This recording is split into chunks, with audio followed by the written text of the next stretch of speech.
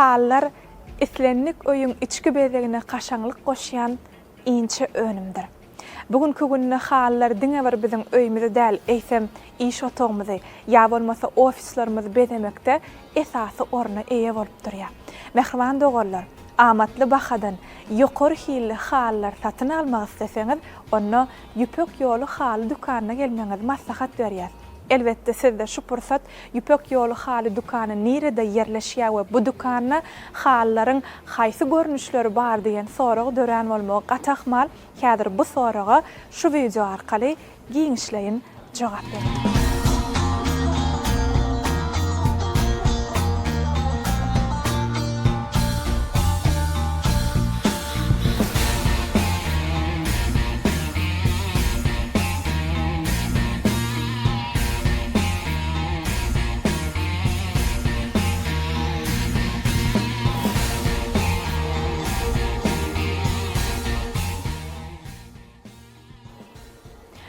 Ýüpek ýoly haly dukanyna türkmen, eýran we türk hallaryny düzüm boýunça tapawutlanýar bolýar. Bu ýerdäki hallar esasy ýüpek, şeýlede sintetik we tebiği materiallardan dokulan hallardyr.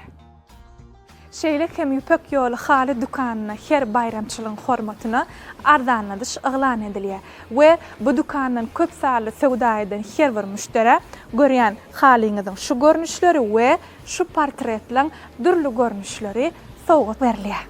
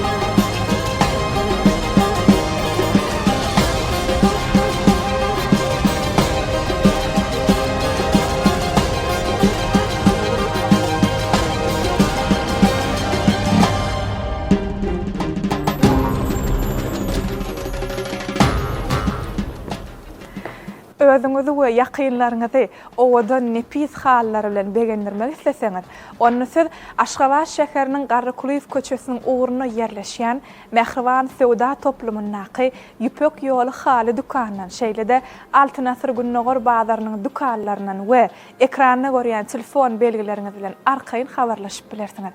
Mehriban dogollar, öýüňizi Ýüpek ýoly haly dukanynyň hallary bilen beden.